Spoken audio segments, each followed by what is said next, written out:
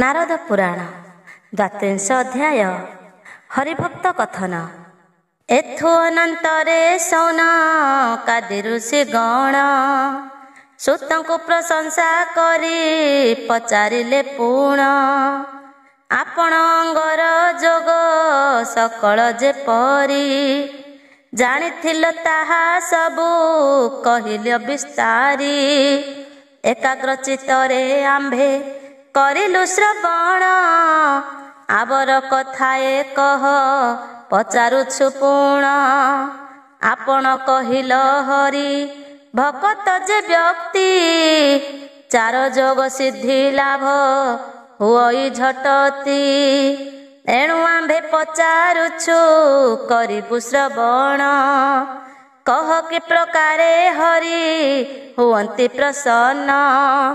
ବ୍ୟାସଙ୍କର ଶିଷ୍ୟ ତୁମ୍ଭେ କରୁଣା ସାଗର ଏଥିର ଯେ ଉପାୟତା ପରକାଶ କର। ଏହା ଶୁଣି ସୁତ ବୋଇଲେ ହେ ଋଷି ଗଣ ଯାହା ମୋତେ ପଚାରିଲ ତା କହୁଛି ଶୁଣ। ପୂର୍ବ କାଳେ ନାରଦଙ୍କୁ ସନତ କୁମାର ଏକଥା ପୁଛନ୍ତି ଯାହା ଦେଲେ ସେ ଉତ୍ତର। ମୁଁ ତୁମ୍ଭ ଆଗରେ ତାହା କହୁଅଛି ଏବେ ମୋଠାରୁ ଶ୍ରବଣ କର ହେତୁ କରି ସର୍ବେ। ନାରଦଙ୍କ ମୁଖାମ୍ବୁଜରୁ ଯେ ବାକ୍ୟମୃତ ଗଳିଥିଲା ତାହା ପାନ କରି ହୁଅ ତୃପ୍ତ। ମୋକ୍ଷ ପାଇବାକୁ ଥିବ ଯାହାର କାମନା ସେ ଭକ୍ତିରେ କରୁ ନାରାୟଣଙ୍କୁ ଅର୍ଚ୍ଚନା। ସଚ୍ଚିଦାନନ୍ଦମୟ ଯେ ଦେବ ଦେବ ହରି ତାଙ୍କୁ ପୂଜା କଲେ ପ୍ରାଣୀ ଭବୁ ହୁଏ ପାରି।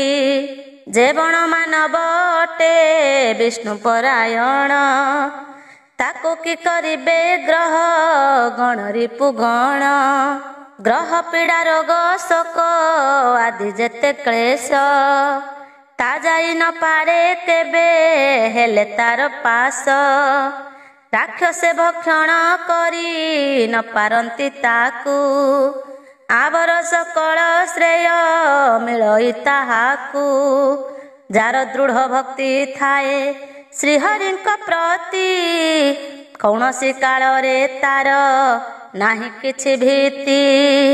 ଶତ୍ରୁ ଯୋଗେ ତାର ହୋଇ ନ ପାରେ ଅନିଷ୍ଟ ଏଣୁ ହରି ଭକ୍ତ ଅଟେ ସବୁଠାରୁ ଶ୍ରେଷ୍ଠ।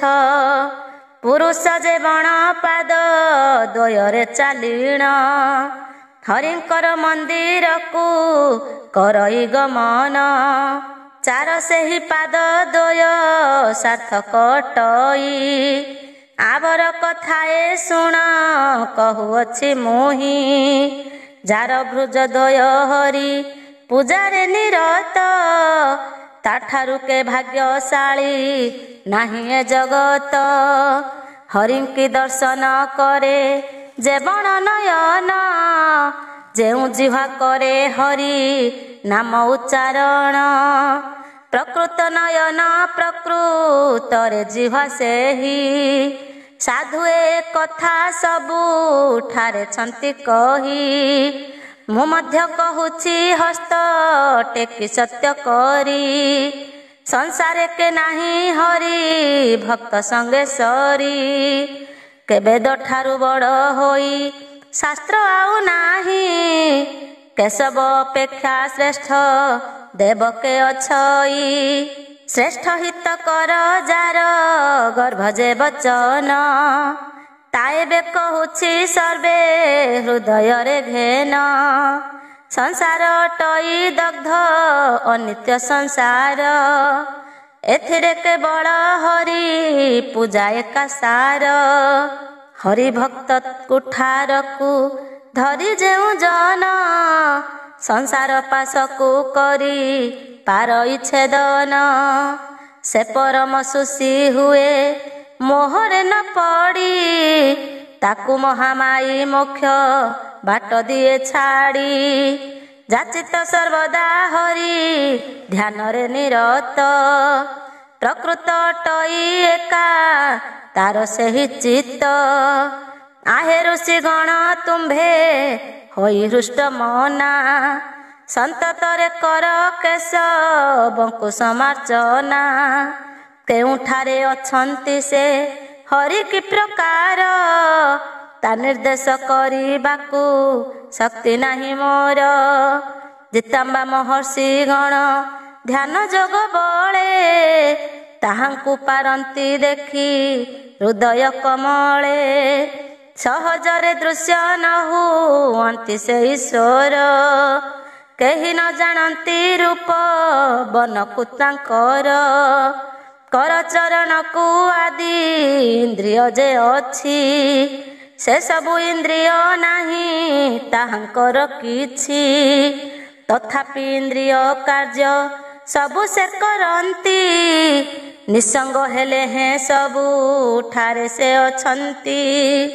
ପୁଣ୍ୟ ବା ପାପ ତାହାଙ୍କର କିଛି ନାହିଁ, ସର୍ବୋପାଧି ବିବର୍ଜିତ ବୋଲି ତାକୁ କହି। ନିତ୍ୟାନନ୍ଦମୟ ସେ ଅଟନ୍ତି ଯେ ନିର୍ଗୁଣ, କେବେ କାହିଁରେ ଲିପ୍ତ ନଥାନ୍ତି ସେ ଜାଣ। ନିର୍ଲେପ ଭାବରେ ସୁପ୍ତ ହୋଇଥିଲା ପ୍ରାୟେ, ନିର୍ଦ୍ଦୟ କରନ୍ତି ତାଙ୍କୁ ଉତ୍ତମ ଜ୍ଞାନୀଏ। ଏମନ୍ତ ଯେ ଜନାର୍ଦ୍ଦନ ତାଙ୍କୁ ପୂଜା କଲେ, ସଂସାର ବନ୍ଧନୁ ପ୍ରାଣୀ ମୋକ୍ଷ ହୁଏ ଭଲେ। ବିଜୁଳି ପରାଏ କ୍ଷଣ ଭଙ୍ଗୁର ଜଗତ, ଏହା ଜାଣି ହୁଅ ହରି ପୂଜାରେ ନିରତ। ହିଂସା ବର୍ଜିଣ ବ୍ରହ୍ମଚର୍ଯ୍ୟ ଯେ ପାଳଇ, ତାଠାରେ ପ୍ରସନ୍ନ ହନ୍ତି ପ୍ରଭୁ ଭାବଗ୍ରାହୀ। ସେ ସକଳ ପ୍ରାଣୀ ଠାରେ ହନ୍ତି ଦୟାବାନ, ବିଶ୍ୱାସ କରି ପୂଜନ୍ତି ପ୍ରଭୁ ଭଗବାନ। ପିତା ମାତାଙ୍କର ସେବା ଭକ୍ତିରେ କରନ୍ତି, ସର୍ବଦା ତାଠାରେ ହର ପ୍ରସନ୍ନ ହୁଅନ୍ତି। ଯାଚିତ ସତ କାର୍ଯ୍ୟରେ ସନ୍ତୋଷ ହୋଇ, ସତ୍ୟ ବାକ୍ୟ ତୁଣ୍ଡେ ନୀତି ଯେ ବ୍ୟକ୍ତି କହଇ। ଅହଙ୍କାର ଆଦି ଯେହୁ ବର୍ଜନ କରନ୍ତି, ତାଠାରେ ପ୍ରୀତ ହୁଅନ୍ତି ପ୍ରଭୁ ନନ୍ଦବଛି। କ୍ଷୁଧା ତୃଷା ରୋଗ ବ୍ୟାଧି ଆଦି ରୋଗ ଶୋକ, ସ୍ଖଳନ ତାଡ଼ନ ଆଦି ହେଲେ ଯେଉଁ ଲୋକ।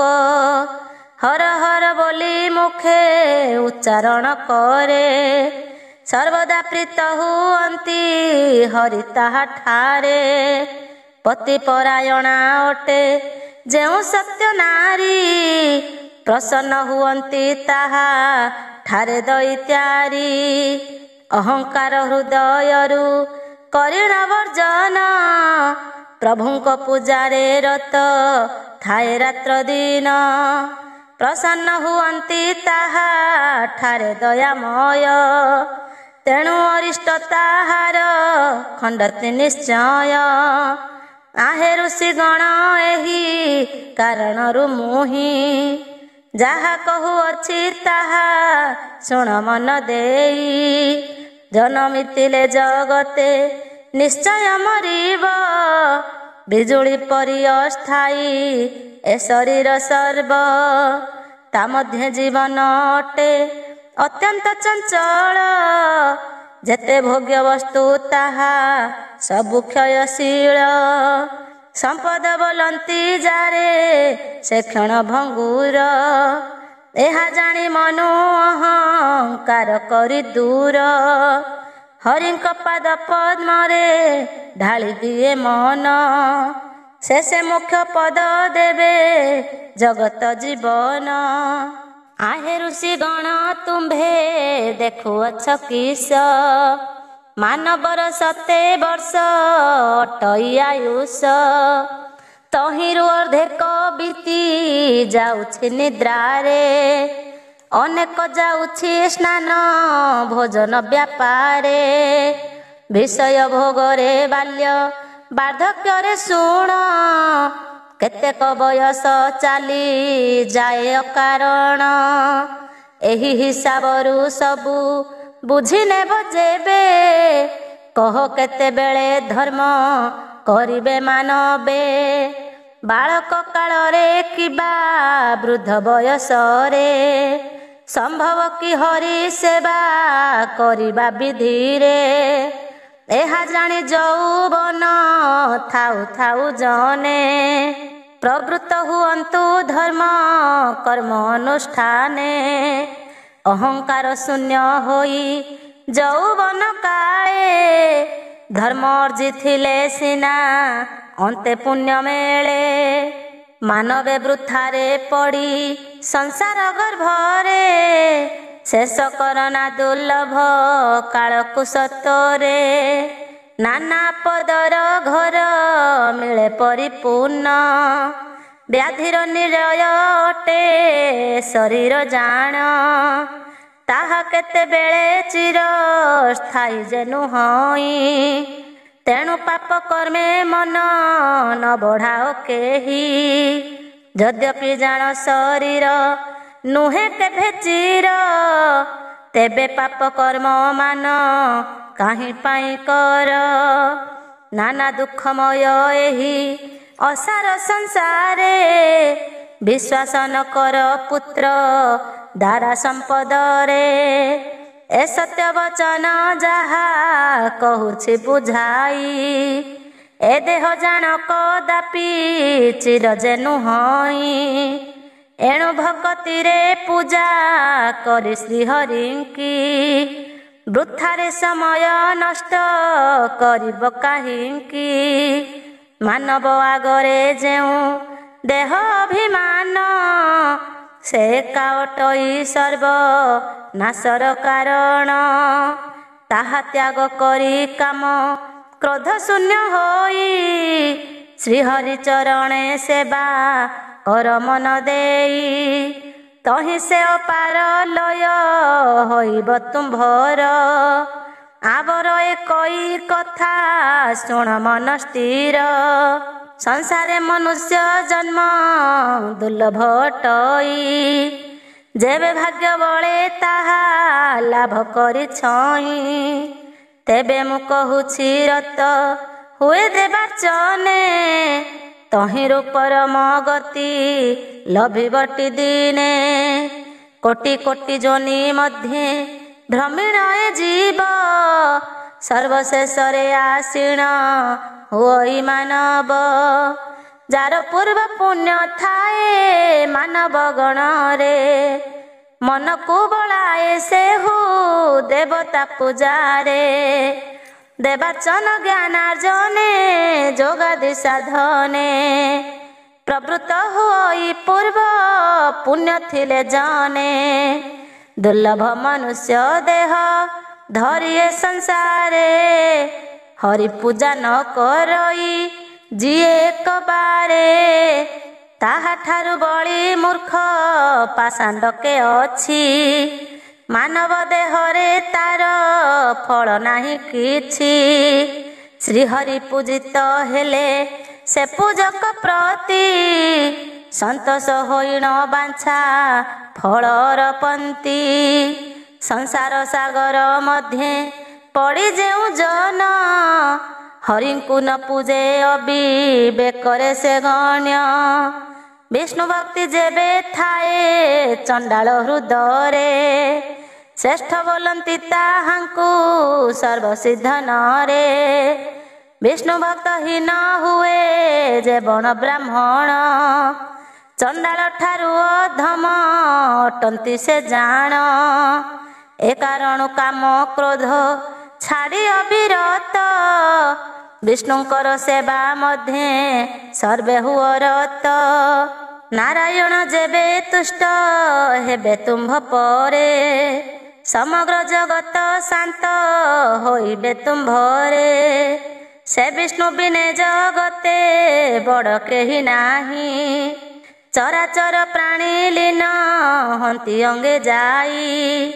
ମନୁଷ୍ୟ ଜନମ ହେଲେ ଲଭଇ ମରଣ ମଲେ ପୁଣି ଆଉ ଥରେ ହୁଅଇ ଜନମ। বিষম সংকট অটে জরা মৃত্যু দুই ହରି ପୂଜା କଲେ ତାହା ଖଣ୍ଡନ ହୁଅଇ। ତାଙ୍କ ସେବା ପୂଜା ବିନା ନଗତି ନାହିଁ।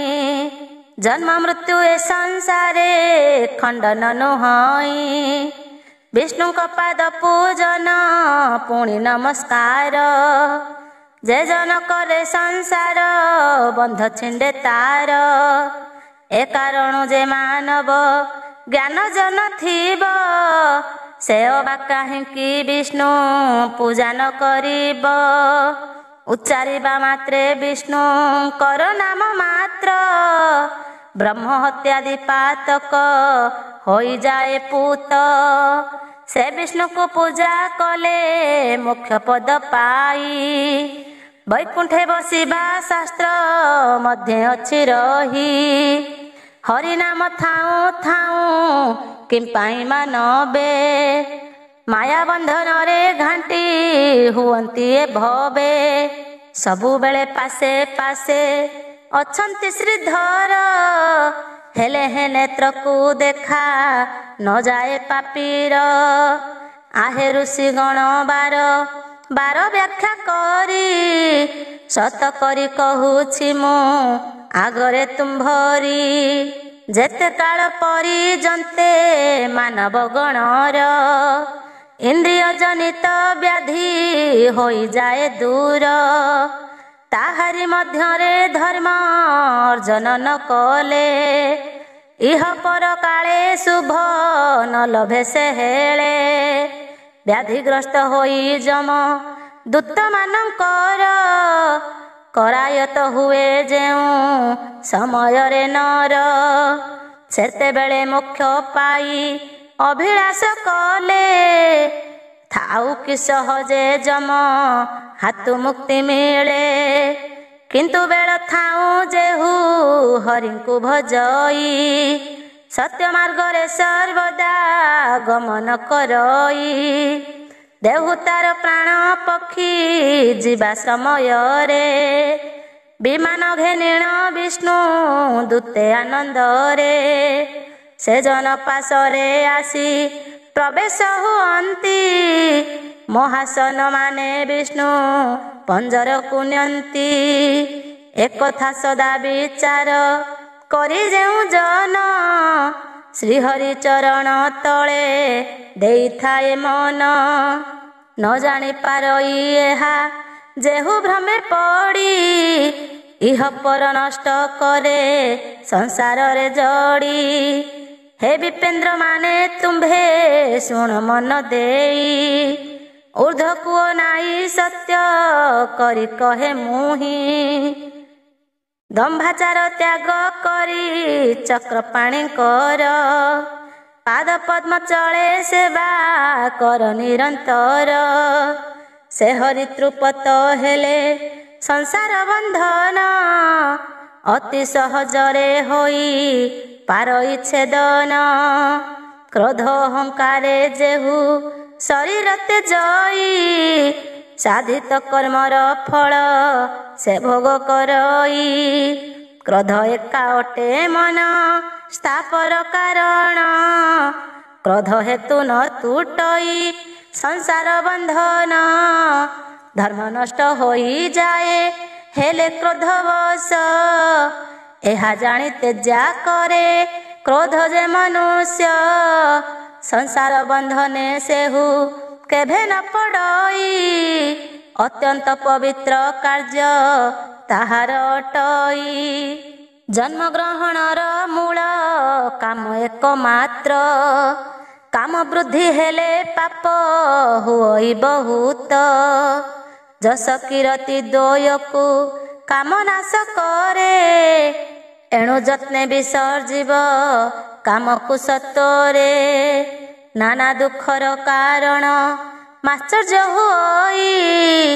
ନରକ ଯାତନା ସେହୁ ଭୋଗ ଯେ କରଇ। ଏ କାରଣୁ ମାଶ୍ଚର୍ଯ୍ୟକୁ ପରିତ୍ୟାଗ କଲେ। ମୋକ୍ଷର ପଥକୁ ପ୍ରାଣୀ ଲାଭ କରେ ହେଳେ। କାମ କ୍ରୋଧ ଲୋଭ ମୋହ ମଦ ମାଶ୍ଚର୍ଯ୍ୟକୁ। ଯେତେ ଜୟୀ ମୋକ୍ଷ ପଦ ଲାଭ ହୁଏ ତାକୁ। ଅଚ୍ୟୁତ ଅନନ୍ତ ହରି ମାଧବ ଗୋବିନ୍ଦ। ଯେ ମୁଖେ ବୋଲଇ ତାକୁ ତୁଟେ ମାୟା ବନ୍ଧ। ନମ ନାରାୟଣ ବୋଲି ଉଚ୍ଚାରିଲେ ମୁଖ। ଶରୀରରେ ସର୍ବବ୍ୟାଧି ନାସିଲ ଭେ ସୁଖ। ହରେ ନାରାୟଣ ଜଗନ୍ନାଥ ବାସୁଦେବ। ଯେ ମୁଖେ ବୋଲଇ ତାଙ୍କୁ ପୂଜନ୍ତି ବାସବ। ବ୍ରହ୍ମା ଇନ୍ଦ୍ର ଆଦି ଯେତେ ଅମରେ ଅଛନ୍ତି। ହରି ଭକ୍ତଙ୍କ ପ୍ରଭାବ କେହୁ ନ ଜାଣନ୍ତି। ବାସ କରିଛନ୍ତି ନିଜ ହୃଦୟ ଚକ୍ର ପାଣି। ଦୁରାତ୍ମା ମାନବ ତାଙ୍କୁ ନ ପାରନ୍ତି ଜାଣି। ଏଣୁ ମୁଁ ବିଚାରେ କେଡ଼େ ମୂର୍ଖ ସେ ନୁହନ୍ତି। ତାହାଙ୍କୁ ମିଳିବ କାହୁଁ ଅବା ପୁଣ୍ୟ ଗତି। ଶ୍ରଦ୍ଧାରେ ହରିଙ୍କୁ ସେବା କରେ ଯେଉଁ ଜନ। ତାଠାରେ ସର୍ବଦା ହରି ହୁଅନ୍ତି ପ୍ରସନ୍ନ। ଯାର ବିଷ୍ଣୁ ଭକ୍ତି ଅଛି ତା ଜନ୍ମ ସଫଳ। ଯହିଁ ତହିଁ ଥିଲେ ତାକୁ ମିଳେ ଶୁଭ ଫଳ। ବାନ୍ଧବ କଳପ ଧନ ପୁତ୍ର ମିତ୍ର ଆଦି ସକଳ ସମ୍ପଦ ସେହୁ ପାରଇ ସମ୍ପାଦି। ପୂର୍ବପାତ କରୁ ଜାତ ହୁଏ ଶରୀର।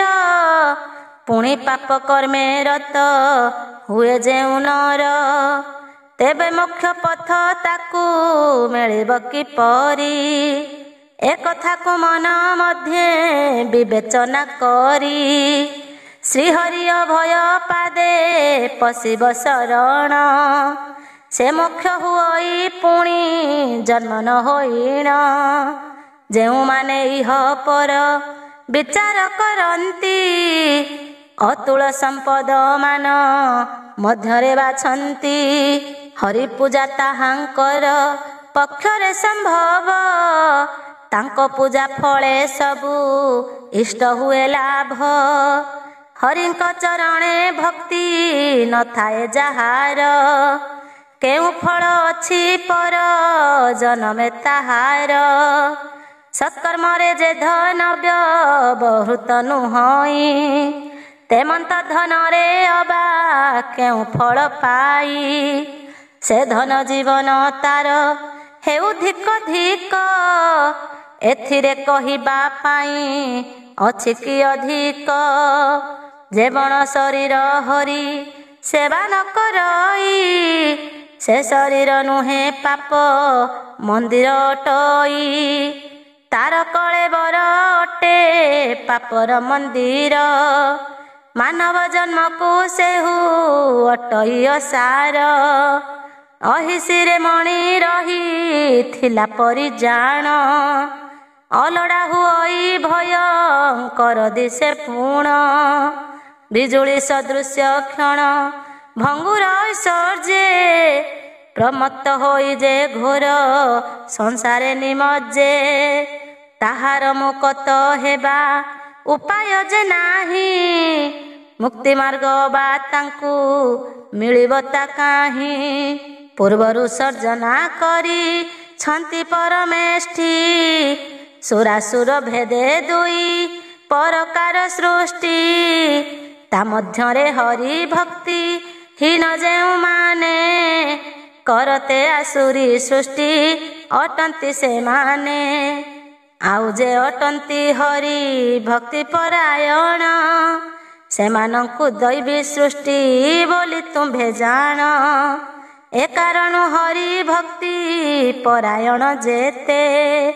ସର୍ବତ୍ର ବିଖ୍ୟାତ ସର୍ବଶ୍ରେଷ୍ଠ ସେ ଜଗତେ। ଏ ସଂସାରେ ହରି ଭକ୍ତ ଦୁର୍ଲଭ ଅଟଇ। କେ ଅଛି ଭକ୍ତଙ୍କ ସଙ୍ଗେ ତୁଲ୍ୟ ହେବା ପାଇଁ। କାମ କ୍ରୋଧ ଅସୂୟାକୁ ଛାଡ଼ି ଯେତେ ଜନ।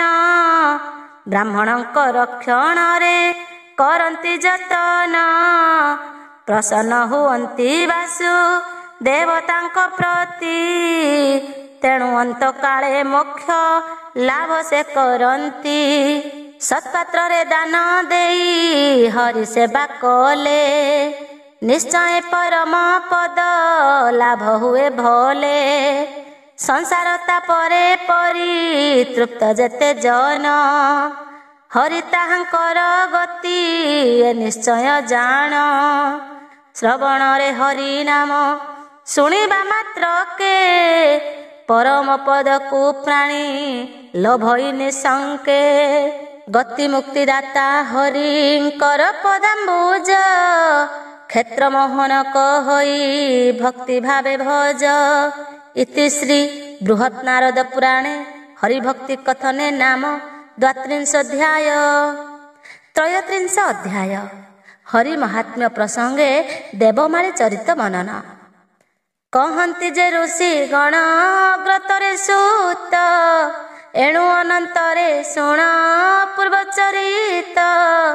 ଚକ୍ରପାଣିଙ୍କର ମହିମାଏ ପୁଣ୍ୟ ପାଠ, ଶ୍ରବଣେ ଶୁଣିଲେ ପାପ ରାଶି ହୁଏ ନଷ୍ଟ।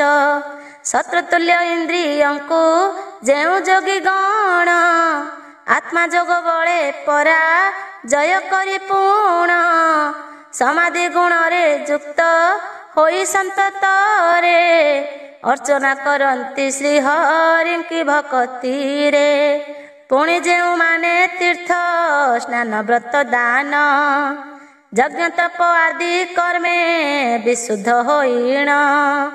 କର୍ମ ଯୋଗେ ଅଚ୍ୟୁତଙ୍କୁ ଅର୍ଚ୍ଚନା କରନ୍ତି, ଇହ ପର କାଳ ତାଙ୍କୁ ମିଳଇ ସୁଗତି। ବ୍ୟସନାସକ୍ତ ଯେ ଅତି ଲୋଭ ପରାୟଣ, ସେ ହରି ଅର୍ଚ୍ଚନା କାର୍ଯ୍ୟେ ବିମୁଖ ହୋଇଣ। କ୍ଷଣସ୍ଥାୟୀ ଐଶ୍ୱର୍ଯ୍ୟ ମଦେ ମତ ହୋଇ, କଷଣ ଭୁଞ୍ଜନ୍ତି ଅନ୍ତେ ନର୍କ ଗତି ପାଇ। ଭକ୍ତିଯୁକ୍ତ ହୋଇ କାୟ ମନ ବଚନରେ, ଯେ ହରି ଅର୍ଚ୍ଚନା କାର୍ଯ୍ୟ ସନ୍ତତରେ କରେ। ସେ ପରମ ସ୍ଥାନ ପାଏ ସଂସାର ନିସ୍ତାରି, ଐଶ୍ୱର୍ଯ୍ୟ ଭୁଞ୍ଜଇ ଜନ୍ତୁ ମରଣ ପାଶୋରି। ଐଶ୍ୱର୍ଯ୍ୟ ଭୁଞ୍ଜଇ ଜନ୍ମ ମରଣ ପାଶୋରି। ପୂର୍ବେ ଏହି ବିଷୟରେ ସୁପଣ୍ଡିତ ଗଣ, ଏକ ଇତିହାସ କହିଛନ୍ତି ତାହା ଶୁଣ। ଏହି ଉପାଖ୍ୟାନ ଗୋଟି ପଢ଼ିଲେ ଶୁଣିଲେ, ଅଶ୍ୱମେଧ ଯଜ୍ଞ ଫଳ ଲାଭ ହୁଏ ଭଲେ। ଆବର ହୁଅଇ ପାପ ରାଶି ଦୂରୀଭୂତ, ଏଣୁ ମୁଁ କହୁଛି ସର୍ବେ ଶୁଣ ଦେଇ ଚିତ୍ତ। ରହିବ ତ ଦେଶରେ ପୂର୍ବେ ଏକଇ ବ୍ରାହ୍ମଣ, ବାସ କରିଥିଲା ଦେବ ମାଳି ତାର ନାମ। ବେଦ ବେଦାଙ୍ଗରେ ପାରଦର୍ଶୀ ସେ ଅଟଇ, ସକଳ ଭୂତରେ ସଦା ଦୟା କରିଥାଇ।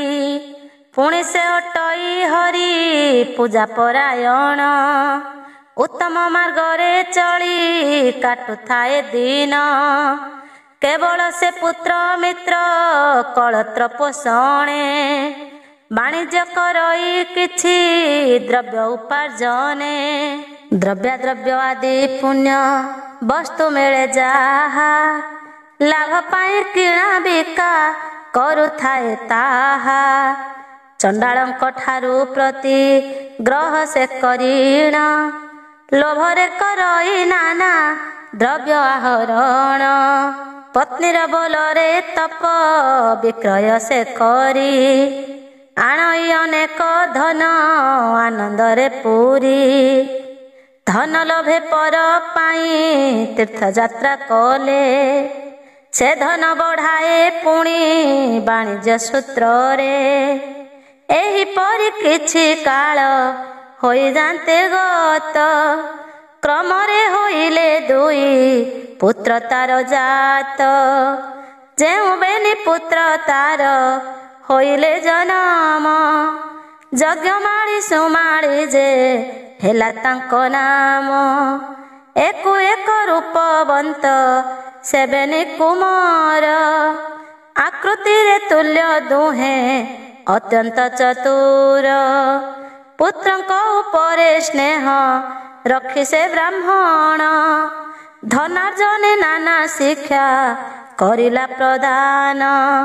ଯେମଣ ଉପାୟ ଧନ ମିଳଇ ବହୁତ, ସେହିପରି ଶିକ୍ଷା ଦେଲା ତାଙ୍କୁ ଅବିରତ। ନାନା ଉପାୟରେ ପିତା ପୁତ୍ର ତିନି ଜଣ, ସଞ୍ଚିଲେ ବହୁତ ଧନ ସଂଗ୍ରହ କରିଣ। ତହୁଁ କିଛି ଦିନ ଗଲା ପରେ ଦେବ ମାଳି, ଏକାନ୍ତେ ଗଣିଲା ଟଙ୍କା ଯାକ ଦ୍ୱାର କିଳି। କୋଟି କୋଟି ସ୍ୱର୍ଣ୍ଣ ମୁଦ୍ରା ରୌପ୍ୟ ମୁଦ୍ରା ଥିଲା, ଗଣି ଗଣି ଶେଷକୁ ସେ ମନେ ବିଚାରିଲା। ଆନନ୍ଦରେ ପୁରୀ ଦ୍ୱିଜ କରଇ ଭାବନା, ଘରେ ମୁଁ ଅର୍ଜି ରଖିଲି ଧନ କଳନା। ଶତ ଶତ ପ୍ରତିଗ୍ରହ କରିଅଛି ମୁହିଁ, ଏସବୁ ଅସତ ପ୍ରତିଗ୍ରହ ମୁଁ ଜାଣଇ। ନାନା ସ୍ଥାନେ ବୁଲି ପଣ୍ୟ ଦ୍ରବ୍ୟ ବିକ୍ରି କଲି, ତପସ୍ୟା ବିକ୍ରୟ କରି ବ୍ରତାଦି ବିକିଲି। ଏହି ସବୁ ଉପାୟରେ ମୋର ଯେତେ ଧନ ସଞ୍ଚିତ ହୋଇଲା ତାହା କରିବି କିଆନ। ତେବେ ହେଲେ ଧନ ତୃଷ୍ଣା ମନରୁ ମୋହର, ଅନ୍ତର ନୁହଁଇ କହୁ ଅଛି ବାରମ୍ବାର।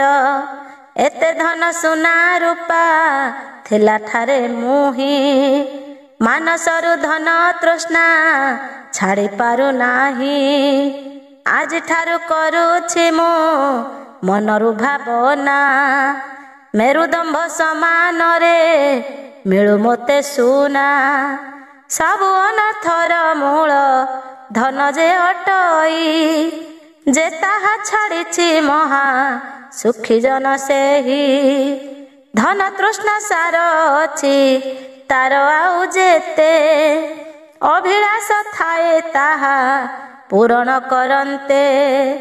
ତଥାପି କଲୁ ସେ ଅନ୍ୟ ବିଷୟ ବାସନା, ତେଣୁ ବୁଦ୍ଧି ହୁଏ ମନେ ବହୁତ ଭାବନା। ବିଚାରିଲେ କି ଆଶ୍ଚର୍ଯ୍ୟ ବିଷୟ ଏ ନୁହେଁ, ମାନବେ ଭ୍ରମନ୍ତି ବୁଦ୍ଧି ଛାଡ଼ି ଧନ ମୋହେ। ଜରାଗ୍ରସ୍ତ ବ୍ୟକତିର ଚକ୍ଷୁଦନ୍ତ ବାଳ, ଝଡ଼ି ପଡ଼ି ଯାନ୍ତି ଥୋକେ ଦିଶନ୍ତି ସୁକଳ। ଇନ୍ଦ୍ରିୟ ସକଳ ବନେ ହୁଅନ୍ତି କ୍ରମରେ, ଶକ୍ତି ନର ହୋଇ ଗତାୟତ କରିବାରେ। ତଥାପି ସେ ନ ଛାଡ଼ଇ ଧନର ଲାଳସା, ଯୁବକ ପରାୟ ବୃଦ୍ଧି ହୋଇଥାଏ ଆଶା। ମୁଁ ଦେଖି ଜାଣୁଛି ମୋର ସାକ୍ଷାତରେ ଏବେ, ଇନ୍ଦ୍ରିୟ ହେଲେଣି ନଷ୍ଟ ଜରାର ପ୍ରଭାବେ। ହୋଇଲାଣି ଊଣା ବଳ ବୀର୍ଯ୍ୟ ଆଦି ଯେତେ, କାଲିର କଥାକୁ ଆଜି ନ ଜାଣେ ପରତେ। ତଥାପି ଧନାଶା ମୋର ଯୁବକ ହୋଇଣ, ପ୍ରବଳ ଭାବରେ ଉଡ଼ୁଅଛି ଦିନୁ ଦିନ। ବୁଦ୍ଧିମନ୍ତ ହେଉ ଅବା ମୂଢ଼ମତି ହେଉ, ଶାନ୍ତ ସ୍ୱଭାବରେ ବସି କାଳ କାଟୁଥାଉ। ସେ ଲୋକ ହୁଅଇ ଯେବେ କ୍ରୋଧ ପରାୟଣ, ସକଳେ ତାହାକୁ ମୂର୍ଖ ବୋଲନ୍ତିଟି ଜାଣ। ବିଦ୍ୟାବନ୍ତ ଜନ ଯେବେ କ୍ରୋଧବନ୍ତ ହୁଏ, ମହାମୂର୍ଖ ବୋଲି ତାକୁ କୁହନ୍ତି ସଭିଏ। ଧନ ଆଶାକୁ ପୁରୁଷେ ଜିଣି ନ ପାରନ୍ତି, ସର୍ବଦା ଅଜୟ ସେହୁ ଶୁଣ ଆହେ ଯତି। ବନ୍ଧୁ ବିଚ୍ଛେଦ ହୁଅଇ ଏହି ପ୍ରଭାବରେ, ନାନା ସ୍ଥାନରୁ ବିପଦ ନିମନ୍ତ୍ରଣ କରେ। ଏ କାରଣ ଚିର ସୁଖ ବାଞ୍ଛା ଯେ କରିବ, ସେ ପ୍ରଥମେ ଧନାଶାକୁ ମନରୁ ଛାଡ଼ିବ। ବିଦ୍ୟାକୁଳୀନତା ବନ୍ଧୁ ସ୍ନେହ ଆଦି ସର୍ବେ, ବିନଷ୍ଟ ହୁଅଇ ଧନ ଆଶାର ପ୍ରଭାବେ। ଯାର ମନେ ଅତିଶୟ ଧନାଶା ବଢ଼ଇ, ସବୁ କାଳେ ତା ହୃଦୟ ବ୍ୟାକୁଳ ହୁଅଇ।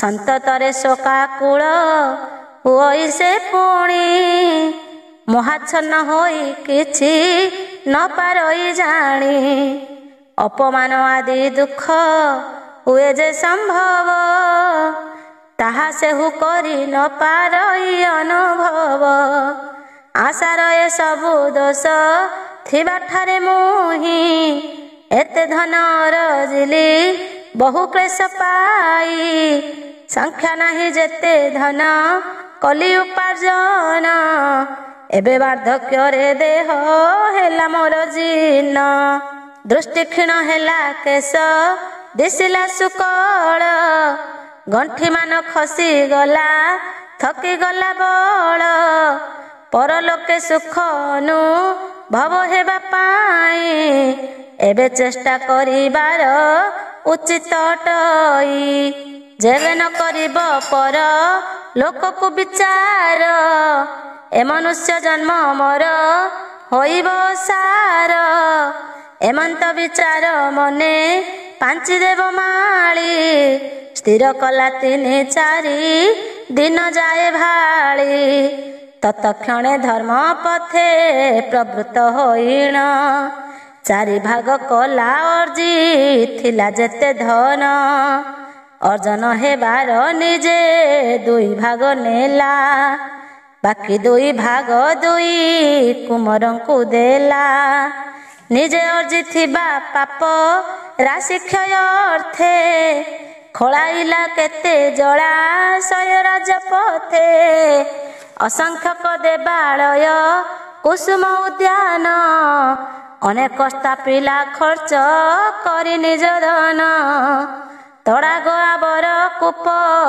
ଖାତ ଖୋଳାଇଲା ତହୁଁ ଗୃହ ତ୍ୟାଗ କରି ଗଙ୍ଗା ତୀରେ ଗଲା ଗଙ୍ଗାରେ ସ୍ନାନ କରି ଶୁଦ୍ଧ ପୁତ ମନେ ସନ୍ତତରେ ଅନ୍ନଦାନ କରିଲା ସେ ସ୍ଥାନେ ଜଳ ବସ୍ତ୍ର ଛତ୍ର ଆଦି ଦେଲା କପାର ସେବିଲା ସନ୍ତତେ ସାଧୁ ବିପ୍ରଙ୍କ ପୟର ହରିଭକତଙ୍କୁ ଯେବେ ଦେଖଇ ନୟନେ ପୂଜା କରଇ ସେ ତାଙ୍କୁ ବିଷ୍ଣୁ ତୁଲ୍ୟ ଜ୍ଞାନେ ଏହିପରି ହରି ଭକ୍ତି ମନ ଦେବ ମାଳି ଧର୍ମରେ ପ୍ରବୃତ୍ତ ହେଲା ବେଳୁ ବେଳ ବଳି ଭାଗବନ୍ତ ସଂଖ୍ୟକ ଧନ ନେଇଥିଲା ଦାନ ଧର୍ମ କରି ତାହା ସବୁ ସାରି ଦେଲା ସେ ପ୍ରଚୁର ଧନ ତାର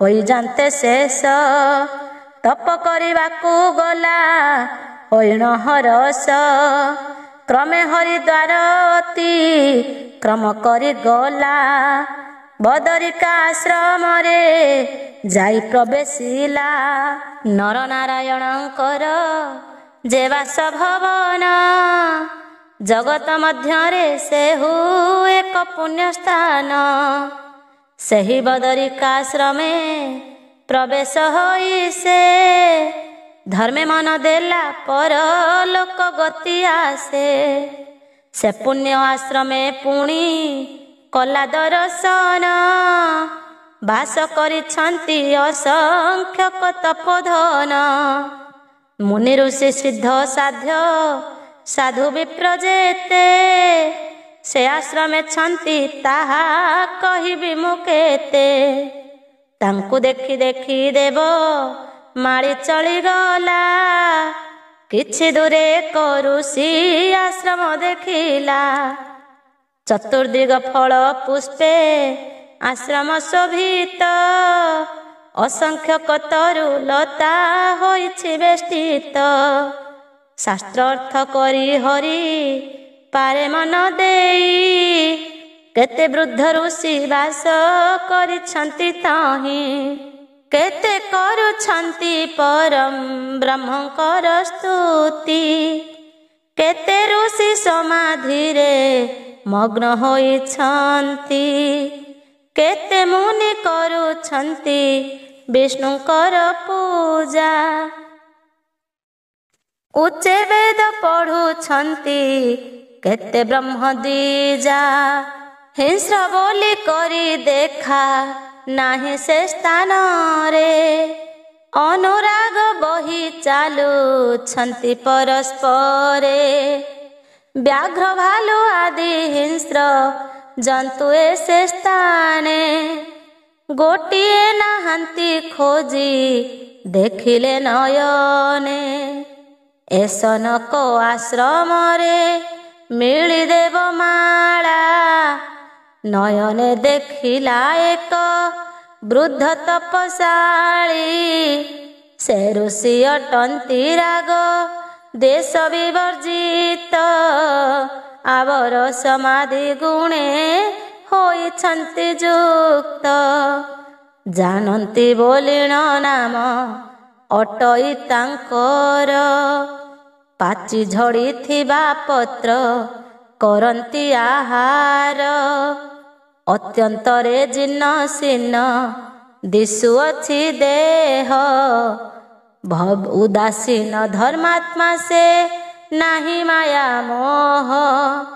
ତାଙ୍କୁ ଦେଖି ଦେବମାଳୀ ଶିରେ କର ଯୋଡ଼ି। ସାଷ୍ଟାଙ୍ଗେ ପ୍ରଣାମ କଲା ଭୂତଳରେ ପଡ଼ି। ପୁଣି କ୍ଷଣ କରେ ଉଠି ଯୋଡ଼ି ହସ୍ତ ହୋଇ। ବୋଇଲା ହେ ସାଧୁ ଆଜ ନିସ୍ତରିଲି ମୁହିଁ। ତୁମ୍ଭଙ୍କୁ ପୂର୍ବ ଭାଗ୍ୟୁ କରିଲ ଦର୍ଶନ। ତେଣୁ ବିଚାରୁଛି ହେଲା ମୋ ଜୀବନ ଧନ୍ୟ। ଏହା କହି ଋଷିବର ମନେ ବହି ତୋଷ। ଶୁଭ ପାଞ୍ଚି ସେ ବିପ୍ରକୁ କରିଲେ ଆଶିଷ। ସେହି ଦେବମାଳୀ ଥିଲା ଆଗନ୍ତୁକ ହୋଇ। ଅତିଥି ସତ୍କାର ତାକୁ କଲେ ତପିସାଇ। ସୁମିଷ୍ଟ ଫଳ ସହିତେ ଶାକ କନ୍ଦମୂଳ। ଦେଲେ ଜାନନ୍ତି ଗୋସାଇଁ ତାହାଙ୍କୁ ତତ୍କାଳ। ସେ ଋଷି ଅତିଥି ସେବା ଅତି ଯତ୍ନେ କଲେ। ବିଷ୍ଣୁଙ୍କ ସମାନ ତାଙ୍କୁ ସନମାନ ଦେଲେ। ଫଳମୂଳ ଭକ୍ଷୀ ହେଲା ତୋଷ ଦେବମାଳୀ। ଅତି ବିନୟରେ ଯୋଡ଼ି ଆପଣା ଅଞ୍ଜଳି। ଜାନନ୍ତି ଋଷିଙ୍କ ଅଗ୍ରତରେ ଉଭା ହୋଇ। ଅତ୍ୟନ୍ତ ହରଷେ ତାଙ୍କୁ କହିଲେ କତହିଁ। ହେ ମୁନି ପୁଙ୍ଗବ ମୁହିଁ ହୋଇଲି କୃତାର୍ଥ। ଦର୍ଶନ କରି ପାପ ନାଶିଲ ମୋ ଗାତ୍ର। ଯେବେ ପାପ ଥିଲା ସବୁ ହୋଇଲା ବିନାଶ। ଏବେ ଜ୍ଞାନ ଦାନ କର ଆହେ ତପୀଶ। ସଂସାର ନିସ୍ତାର କର ଜ୍ଞାନ ଦେଇ ମତେ। ପ୍ରଣାମ କରୁଛି ମୁନି ତବ ପଦାଗ୍ରତେ। ଏହିପରି ଦେବମାଳୀ କହନ୍ତେ ବଚନ। ହସିଣ ବୋଲନ୍ତି ଧୀରେ ତାଙ୍କୁ ତପୋଧନ। ହେ ବିପ୍ରଶାର୍ଦୂଳ ଯାହା ତୁମ୍ଭ ଅଭିଳାଷ। ଏହି କ୍ଷଣି ପୂରଣ ମୁଁ କରିବି ଅବଶ୍ୟ। ସେ ବିଷୟମାନ କହୁଅଛି ଶୁଣ ଧୀରେ। ସୁଦୃଢ଼ ବନ୍ଧନ ଛିନ୍ନ ହେବ କାତରେ। ତୁମ୍ଭେ ତ କରିଛ କେତେ ତୀର୍ଥବ୍ରତ ଦାନ। ସେ କାରଣ କହୁଛି ମୁଁ ଏକାଗ୍ରରେ ଶୁଣ। ହେ ଦ୍ୱିଜବର ହରିଙ୍କୁ ସୁମରି ହରଷେ। ଏ ପୁଣ୍ୟ ଆଖ୍ୟାନ ମାନ ଶୁଣ ମନ ତୋଷେ। ହରିଙ୍କୁ ସ୍ମରଣ କରି ହରି ଭଜନରେ।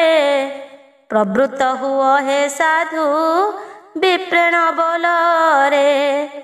ପର ନିନ୍ଦା ପରପ ବାଦନ କରିବ। ମୂର୍ଖଙ୍କ ସହିତ ସହ ବାସନ କରିବ। ପର ଉପକାରେ ରତ ହୋଇଣ ସନ୍ନତ। ହରିଙ୍କ ଚରଣ ପୂଜା କର ବିରତ। କାମ କ୍ରୋଧ ଲୋଭ ମୋହ ମଦ ମାତ୍ସର୍ଯ୍ୟକୁ ଦୂରେ ବିସର୍ଜନ କର ନ ଆଣ ପାପକୁ। ଆପଣା ପରାୟ କଲେ ସମସ୍ତଙ୍କୁ ଜ୍ଞାନ। ଏଥିରୁ ପରମ ଶାନ୍ତି ହୋଇବ ଅର୍ଜନ। ବିଷ୍ଣୁର ବଚନ ତିଳେ କାରେ ନ କହିବ। ପରର ଦ୍ରବ୍ୟ ଦେଖିଲେ ଲୋଭୀ ନ ହୋଇବ। ସାଧୁମାନଙ୍କର ସେବା ସର୍ବଭୂତେ ଦୟା। କରିବ ହେ ଦ୍ୱିଜ ତେଜୀ ସମ୍ଭାରରୁ ମାୟା। ପୁଚ୍ଛା କରିବ ଯଦ୍ୟପି ଆସି କେଉଁ ଜନ। ଧର୍ମ ଉପଦେଶ ତାକୁ କରିବ ଅର୍ପଣ। ଧର୍ମ ହିଁ ସଂସାର ମୂଳେ କାରଣ ଅଟଇ।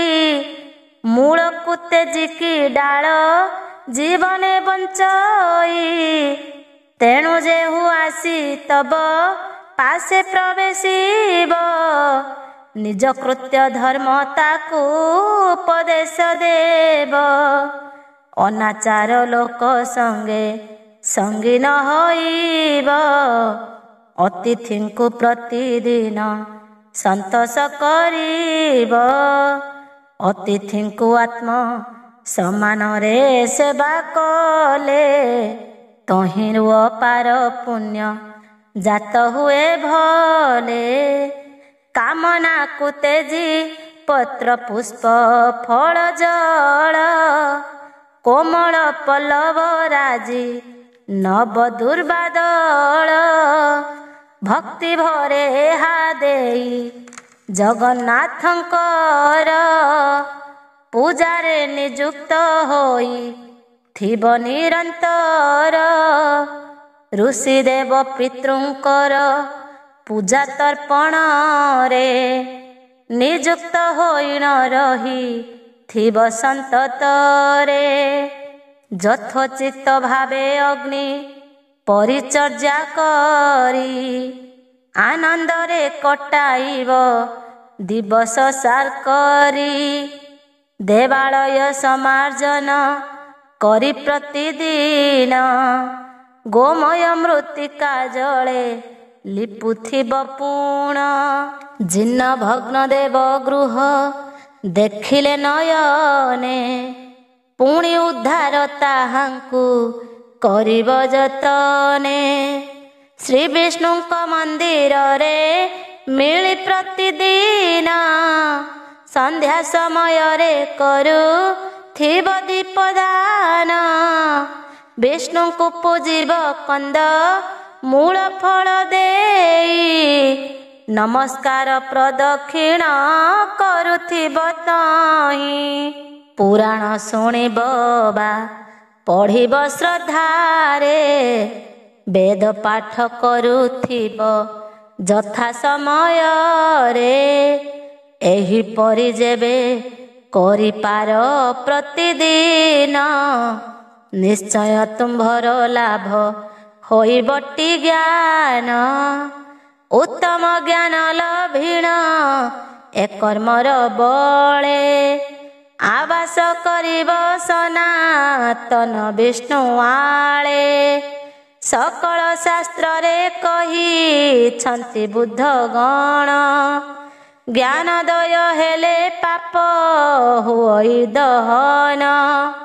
ଯା ଦେହରୁ ପାପ ରାଶି ବିଧ୍ୱଂସ ହୁଅଇ ସେ ଭବ ପାପରୁ ତରି ମୁକ୍ତି ଲଭଇ। ଆହେ ଋଷି ଗଣ ଏହି ପରି ସେ ଜାନନ୍ତି କହିବାର ଶୁଣି ଦେବ ମାଳି ମହାମତି। ମନକୁ ପ୍ରବୋଧ କରି ସେ ଋଷିଙ୍କ ପାଦେ ନମସ୍କାର କରି ତହୁଁ ଯାଇ ମହାନନ୍ଦେ। ଜ୍ଞାନର ସାଧକ ଅଟେ ଯେଉଁ ସତ କର୍ମ ତହିଁରେ ନିରତ ହୋଇଲା ସେ ଅନୁକ୍ଷଣ।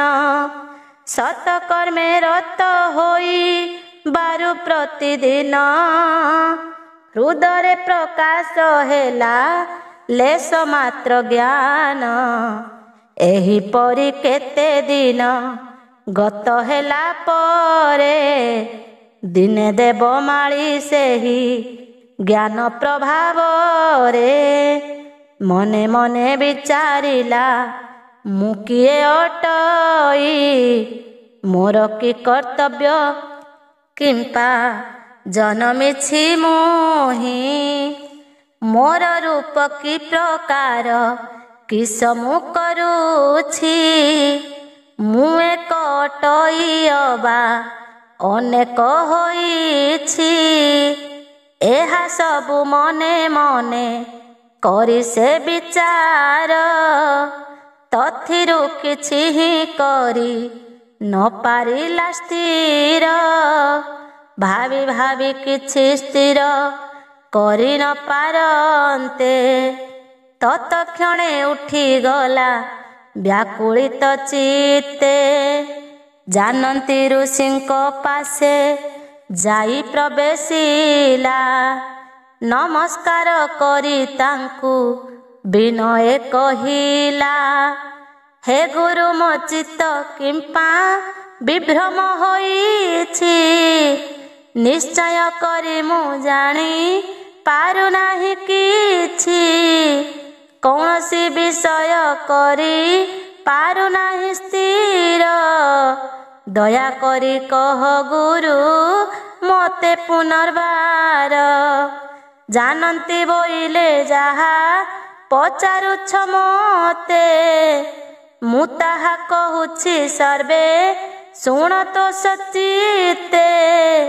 ସତ୍ୟ କହୁଅଛ ତୁମ୍ଭେ ମିଥ୍ୟା ନୁହେଁ କିଛି, ତୁମ୍ଭ ଚିତ୍ତ ପ୍ରକୃତରେ ବିଭ୍ରମ ହୋଇଛି। ଅବିଦ୍ୟାରେ ଘର ଅଟେ ମାନବର ଚିତ୍ତ, ମାୟା ବଳେ ବିଭ୍ରମ ଯେ ହୋଇ ସନ୍ତତ।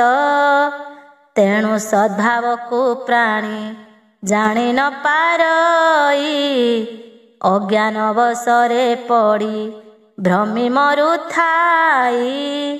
ତୁମ୍ଭେ ଯାହା ବୋଲୁଅଛ ମୁଁ ଅଟଇ କିଏ, ଏକ କି ଅନେକ ମୁହିଁ ତା ଜଣା ନ ଯାଏ। ଏସବୁ ଅଟଇ ସେହି ମାୟାର ବିଭ୍ରମ, ଅହଙ୍କାର ଯେ ବୋଲାଏ ମନର ସେ ଧର୍ମ। ଆତ୍ମାର ଧର୍ମ ନୁହଁଇ ସେ ଅହଙ୍କାର, ଏଥକୁ ସନ୍ଦେହ ମନେ କିଛି ହିଁ ନ କର। ଯାର ନାମ ବା ଜାତ କିଛି ହେଲେ ନାହିଁ, ସେ ନିର୍ଗୁଣ ଆତ୍ମା ନାମ କେ ପାରିବ କହି। ଯେ ଅଟନ୍ତି ରୂପ ବିବର୍ଜିତ ପ୍ରମେୟ, କି ପ୍ରକାର ଦେବତାଙ୍କ ରୂପ ପରିଚୟ। ଆତ୍ମା ସନାତନ ପରମ ବ୍ରହ୍ମ ପରିପୂର୍ଣ୍ଣ, ଆନନ୍ଦ ସ୍ୱରୂପ ଜରାହୀନ ସେହୁ ଜାଣ। କାହାଠାରେ ନାହିଁ ତାଙ୍କୁ ଜାଣିବାର ଶକ୍ତି, କେବଳ ସେ ଦିବ୍ୟ ଜ୍ଞାନ ବଳେ ଜଣା ଯାଆନ୍ତି। ଏଣୁ ମୁଁ ତୁମ୍ଭଙ୍କୁ କହୁଛି ହେ ଦ୍ୱିଜବର, ସବୁ ଛାଡ଼ି ସେ ବ୍ରହ୍ମଙ୍କୁ ଉପାସନା କର। ତୁମ୍ଭେ ସେହି ବ୍ରହ୍ମ ଇତ୍ୟାଦି ଯେ ମହାବାକ୍ୟ, ସେ ବାକ୍ୟର୍ଥେ ଜ୍ଞାନ ଅଟେ ମୋହର ସାଧକ। ବିଶୁଦ୍ଧ ଭାବରେ ଯେବେ ହୁଏ ଜ୍ଞାନୋଦୟ, ତେବେ ସମୁଦାୟ ବିଶ୍ୱ ଦିଶେ ବ୍ରହ୍ମମୟ। आहे मुनीश्वर गण एहि परकारे बोध होई देवमाली जानती वाक्य रे परमात्मा अच्युतंक ସାକ୍ଷାତକୁ ପାଇ ମୁକ୍ତ ହେଲେ ଶରୀରରୁ କଳୁଷ ଛଡ଼ାଇ। ଯେତେବେଳେ ବ୍ରହ୍ମଜ୍ଞାନ ହେଲା ସେ ଦୋଜର ସେ କାଳେ ପରମ ଶାନ୍ତି ପାଇ ସେ ସତୋର। ନିଜ ଗୁରୁ ଜାନନ୍ତୀଙ୍କ ପାଦରେ ପ୍ରଣମୀ ଧ୍ୟାନ ପରାୟଣ ହେଲେ ମାୟାରେ ନ ଭ୍ରମି। ବହୁ କାଳ ପର୍ଯ୍ୟନ୍ତେ ଧ୍ୟାନ ଯୋଗ କରି ମିଳିଲେ ବାରାଣସୀ କ୍ଷେତ୍ରେ ଯାଇ କରି। ମୁଖ୍ୟ ପଦ ଲାଭ କରି ସେ ପୁଣ୍ୟ ତୀର୍ଥରେ ଜନ୍ମ ମରଣ ପାଶୋରି ମିଶିଲେ ବ୍ରହ୍ମରେ। ଏହି ଦିବ୍ୟ ଆଖ୍ୟାନକୁ ଯେବଣ ମାନବ ଶ୍ରବଣେ ଶୁଣିବ ବା ପଠନ କରିବ ସେ ଆପଣା କର୍ମ ପାଶ ପରିଚ୍ଛନ୍ନ କରି ଚିର ସୁଖ କରିବାକୁ ସଂସାରରୁ ତରି।